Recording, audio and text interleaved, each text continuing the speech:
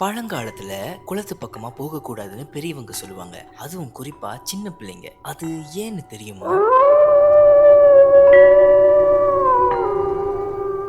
Night டைம்ல ஒரு பொண்ணோட அழுகுற குரல் ஏதோ ஒரு விஷயத்தை தேடி அலையுதுன்னு சொல்லுவாங்க. அது யாருன்னு தெரியுமா?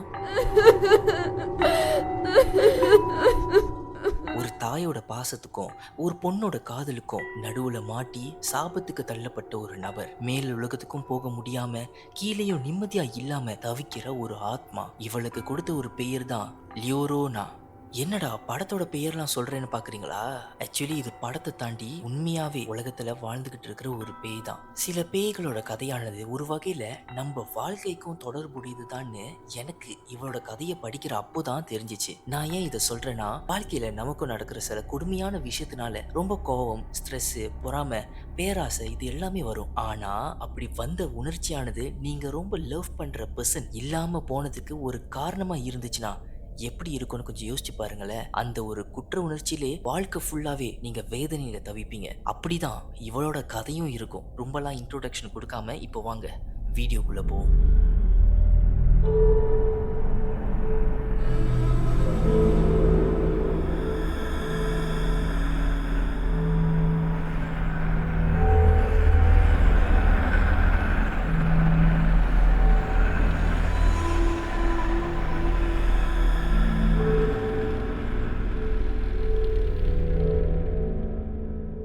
பல ஆயிரம் வருஷத்துக்கு முன்னுக்கு மெக்சிகோல ஒரு சின்ன கிராமம் இருந்துச்சு. அந்த ஒரு கிராமத்துல ஒரு அழகான பொண்ணு. இவளோட பேர் தான் மரியா. ரொம்ப நல்லவ, இன்னசென்ட், ஒரு ஏஞ்சல் மாதிரியான ஒரு பர்சன் கூட நம்ம சொல்லலாம். அங்க உள்ள அத்தனை பேரோட கண்ணும் பாத்தீங்கன்னா இவ மேலதான் இருக்கும். அவளோட சிரிப்பு, அவளோட குரல், அவளோட கண்ணு எல்லாமே பாக்குறதுக்கு என்னமோ சொர்க்கத்துல இருந்து பூமிக்கு வந்த தேவதை மாதிரியே இருக்குமா. அப்போ ஒரு நாள் அந்த ஊருக்கு ஒரு பெரிய ஸ்பானிஷ் பணக்காரன் செட்டில் ஆக வந்தான். ஒரு அழகான வெள்ளை குதிரையில பணக்காரன் போற ட்ரெஸ்ல கோல்டு ரிங்லாம் போட்டுக்கிட்டு வந்தான். அங்கதான் இந்த ஸ்பானிஷ் ஆளு மாரியாவை பார்த்திருக்கான். என்னதான் மாரியா மிடில் கிளாஸ் பொண்ணா இருந்தாலும் இந்த ஆளு எந்த ஒரு பாரபட்சமும் இல்லாம காதல் வசப்பட்டான். அங்கிருந்து ஒரு அழகான காதல் கதை தொடங்குனுச்சு. மாரியாக்கு இந்த ஸ்பானிஷ் ஆளு தான் எல்லாமே. அந்த ஸ்பானிஷ் ஆளோட காதல் பாத்தீங்கன்னா இவளோட மூளையை வந்து மறைச்சிருச்சு. கொஞ்சம் வருஷம் கழிச்சு மாரியாக்கு 2 பிள்ளைங்க பிறந்தாங்க. இந்த மிடில் கிளாஸ்ல ஆசைப்படுற ஒரு அழகான வாழ்க்கை மாரியாக்கு கிடைச்சிச்சு. ஒரு காட்டுக்கு நடுவில் ஒரு சின்ன வீடு, பக்கத்துல ஒரு சின்ன குளம், அந்த குளத்துல அலைகளோட ஓசை, இது எல்லாத்தையும் பாக்குறதுக்கு கண்ணு மாதிரியே அவளுக்கு 2 பிள்ளைங்க. அதுக்கும் மேல அவ மேல உயிரே வச்சிருக்கிற அவளோட ஹஸ்பண்ட். இதை விட வேற என்ன அவளுக்கு வேணும்? ஆனா இந்த உலகத்துல சந்தோஷம் என்கிறதே ஒரு நிரந்தரமான ஒரு முடிவு இல்லைன்னு இவளோட கதையில தான் நம்ம பார்க்க முடியும். ஏன்னா கொஞ்சம் வருஷம் கழிச்சு அந்த ஸ்பானிஷ் ஆளு மாரியா கிட்ட பேசுறத அப்படியே நிப்பாட்டிட்டான். எப்போதும் வீட்டுக்கு லேட்டா தான் வருவான் வேற. மொத்தத்துல மாரியா மேல இருந்த லவ் அப்படியே காணாம போயிருச்சு. இதெல்லாம் ஒன்னும் புரியாத மாரியா தன்னோட காயமான மனசுக்கு அவ பிள்ளைங்களோட அன்பால அந்த காயத்துக்கு மருந்து போட்டா. அப்புறம் ஒரு நாள் நைட் டைம்ல மாரியா அவ பிள்ளைங்களோட வீட்டு பக்கத்துல இருக்கிற இந்த குளத்துக்கு தண்ணி பிடிக்கலாம்னு போனா. அங்கதான் அவளோட மனசு வெடிக்கிற அளவுக்கு நடந்த ஒரு விஷயத்த கண்ணுக்கு முன்னுக்கு பார்த்தா.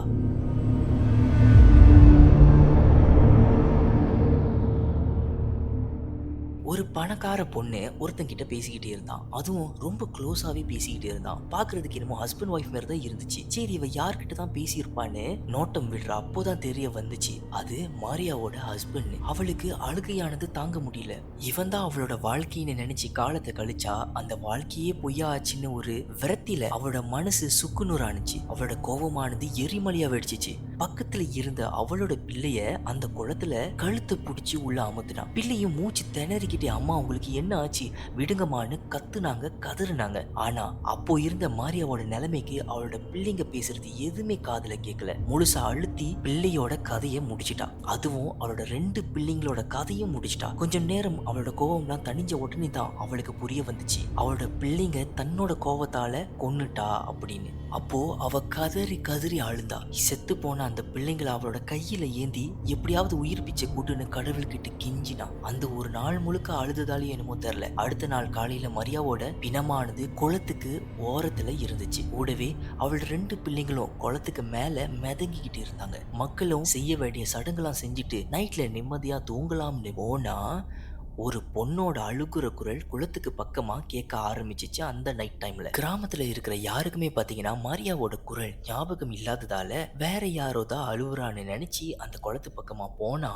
ஒரு ஒயிட் கலர் ட்ரெஸ்ல கையில ஒரு குழந்தையோட சடலத்தை வச்சுக்கிட்டு ஒரு பேய் மாதிரி தோற்றத்துல முடியெல்லாம் விரிச்சுக்கிட்டு ஒரு பொண்ணு அழுந்துகிட்டு இருந்ததை பார்த்தாங்க. கிட்ட போனா அந்த பொண்ணு பயம் கொடுத்த ஆரம்பிச்சா. அன்னையிலிருந்து தான் இவளோட கதையானது மக்களிடையே பேசப்பட்டு வருது. ஏன் இன்னும் வரைக்கும் அவளோட லெகசி பேசிக்கிட்டு தான் இருக்காங்க. இதுல என்ன ஒரு விஷயம்னா, மாரியா இறந்ததுக்கு காரணமே பாத்தீங்கன்னா அவளோட ஹஸ்பண்ட் தான். அவனுக்கு என்ன ஆச்சு? ஆக்சுவலி மாரியாவும் அவனோட குழந்தைகளும் இறந்ததுக்கு அப்புறம் இந்த பணக்காரன் அவனோட தப்ப ரியலைஸ் பண்ணி கதறி கதறி அழுதானா. அவனோட அசிங்கமான செயலை நினைச்சு வருத்தப்பட்டானா. அன்னையிலிருந்து அவன் சாகுற வரைக்கும் மாரியாவோட குரல்கள் கேட்டதான் சொல்லியிருக்காங்க. இவன் அந்த பணக்காரனோட சாவுக்கே காரணம் மாரியாதான்னு நிறைய பேரும் சொல்லியிருக்காங்க. இன்னொரு வெர்ஷன்ல என்ன சொல்லியிருக்காங்கன்னா, மாரியா இறந்த உடனே இந்த ஸ்பானிஷ் ஆள் பாத்தீங்கன்னா அன்னைக்கு மாரியா குளத்து பக்கமா அந்த பொண்ணை பார்த்தால அந்த பொண்ணோடய கல்யாணம் பண்ணிட்டானா. அதுக்கப்புறம் அந்த பணக்கார பொண்ணுக்கு மாரியாவோட கதறல் குரல் கேட்டதா சொல்லியிருக்காங்க. இவனும் கொஞ்சம் வருஷம் கழிச்சு 2 குழந்தைகளுக்கு தாயானா. அதுக்கப்புறம் அந்த குழந்தைகள் அழுவுற அப்போலாம் ஏதோ ஒரு ஷேடோ மாதிரியான கிரீச்சர்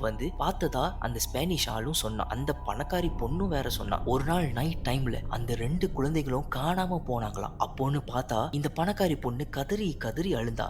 எப்படி மாரியா அழுதாலோ அதே மாதிரி இந்த பொண்ணும் அழுதா. ஸ்பானிஷ் ஆளும் எங்கெங்கயோ தேடினா அந்த குழந்தைகளை, பிள்ளைங்க கிடைக்கவே இல்லையா. அப்போன்னு பார்த்தா அவங்க வீட்டுல இருந்த ஒரு கண்ணாடி வழியா மாரியாவோட உருவம் நின்னுகிட்டு இருந்துச்சு. மாரியாங்கிற அந்த ஒரு ஆத்மா கண்ணாடி வழியா சொன்னுச்சு, இப்ப உங்களுக்கு புரியும் என்னோட வழி அப்படின்னு சொல்லி மறைஞ்சு போச்சு. அன்னையிலிருந்து இவங்க 2 பேரும் தேடாத இடம் இல்ல, எங்க சுத்தினாலும் பிள்ளைங்க கிடைக்கவே இல்லை. அந்த ஒரு கில்ட்டிலேயே 2 பேரும் இறந்துட்டாங்க. இவங்க கொஞ்சம் கொஞ்சமா இறந்ததை மாரியா ரசிச்சு பார்த்ததாவும் அங்க உள்ள ஆட்கள் சொல்லியிருக்காங்க.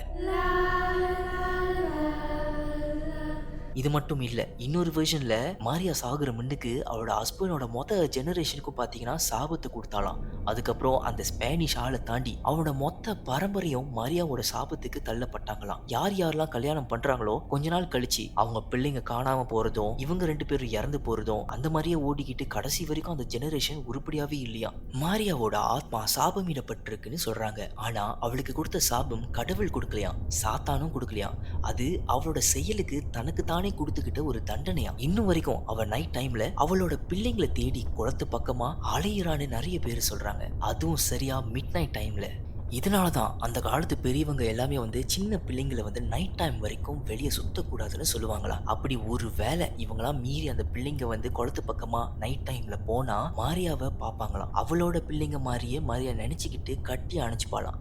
அதுக்கப்புறம் மறுகணம் அந்த பிள்ளைங்களை தண்ணியில முக்கி சாகடிப்பாளாம். சரி, இப்போ வாங்கல ரியல் லைஃப் இன்சிடென்ட்ஸை பத்தி நம்ம பார்ப்போம். 1986 டைம்ல மெக்சிகோல 2 இளம் பையனுங்க சாந்தா ஃபேன்னு சொல்ற ஒரு குளத்து பக்கமா நடந்து போயிருக்காங்க. அப்போன்னு பார்த்து யாரோ அழுவுற சவுண்ட் கேட்டிருக்கான். கொஞ்சம் கொஞ்சமா அந்த சவுண்டு அதிகமாகிக்கிட்டே போனுச்சு. இவங்களும் யாரும் மனுஷன்தான் நினைச்சு அந்த குரல்ல ஃபாலோ பண்ணிட்டு போனா கடைசியா ஒரு பொண்ணை பார்த்திருக்காங்களாம். அதுவும் நடு குளத்துல தண்ணி மேல பறந்துகிட்டு இவங்களை நெருங்கி வந்துச்சு அந்த ஒரு பொண்ணு. அவளோட முகமானது கோரமா இருந்ததா சொன்னாங்க. அதை பார்த்த உடனே இந்த 2 பேரும் மயங்கி விழுந்துட்டாங்களாம். முழிச்சு பாக்குறப்போ அது மறுநாள்.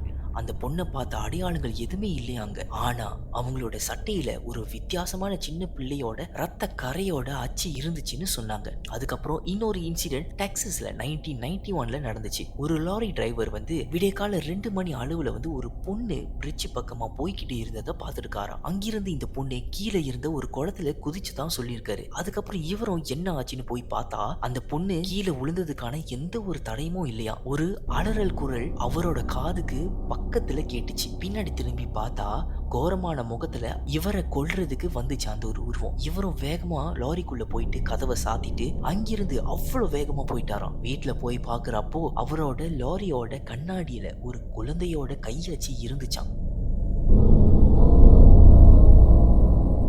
இன்னொரு இன்சிடென்ட்டும் மெக்சிகோல தான் நடந்துச்சு. ஒரு செக்யூரிட்டி ஃபுட்டேஜ்ல இந்த ஒரு பொண்ணு தனியா குளத்து பக்கமா போனதா ரெக்கார்ட் ஆயிருக்கு. அதுக்கப்புறம் அங்கிருந்து மாயமா மறைஞ்சிட்டாலாம். இது நமக்கு தெரிஞ்ச ஒரு 3 இன்சிடென்ட் தான். ஆனா இன்னும் நிறைய பேர் இவரோட பிரசன்ஸ் இந்த உலகத்துல இருக்கிறதா சொல்லியிருக்காங்க. இந்த உலகத்துல நல்லவனுக்கு காலமே இல்லைன்னு சொல்லுவோம்ல, அது மாரியாக்கு செட் ஆகும். நினைச்சு பாருங்களேன், வாழ்க்கை அழகா போய்கிட்டு இருந்த டைம்ல அவளோட ஒரு அக்ரெசிவான இமோஷன்ஸ்னால கேள்விக்குறியா போச்சு அவளோட வாழ்க்கை. உங்களுக்கு நான் இன்னொரு விஷயத்த சொல்றேனே, 100ல 5% இவள ஒரு கார்டியன் கூட சொல்லுவாங்களாம். பொறக்கிற குழந்தைய அவ பிள்ளைங்க மாரியே பாதுகாப்பாளாம். இவளோட கதையானது இவ கதை மூலியமா நம்மளுக்கு பயமானது உற்பத்தி ஆகுதோ இல்லையோ, ஆனா ஒரு விஷயம் நமக்கெல்லாம் சொல்லிக் கொடுக்குது. இந்த உலகத்துல எது நடந்தாலும் அதை ஏத்துக்க நம்ம கத்துக்கணும். நம்ம ஆசைப்படுற சில விஷயங்கள் தொலைஞ்சு போனாலும் சரி, இல்ல நீங்க நினைக்கிற விஷயங்கள் எல்லாம் நடக்காம போனாலும் சரி, இது எல்லாத்துக்கும் நிச்சயம் ஒரு பதில் இருக்கும். அன்னைக்கு மட்டும் மாரியா தன்னோட ஹஸ்பண்டோட துரோகத்தை பார்க்குறப்போ பிள்ளைங்களோட சிரிப்பை நினைச்சு பார்த்துருந்தானா இந்த நிலைமை அவளுக்கு வந்திருக்காதுல. அதனால ஒரு விஷயம் நான் சொல்றேன், கில்ட்டி ஃபீலிங்ஸ் இல்லாம நல்லவனா வாழ கத்துக்கோங்க. எக்ஸ்பெக்டேஷன் இல்லாம வாழுங்க. யாரையும் காயப்படுத்தாம இருங்க. இயற்கையே உங்களுக்கு பிடிச்ச விஷயத்த பரிசா எடுத்து வரும். அவ்வளோதான் காய்ஸ். அடுத்த வீடியோவில் உங்க எல்லாரையும் சந்திக்கிற வரைக்கும் டாடா பாபாய் ஃப்ரம் டிகேட் விஷன்.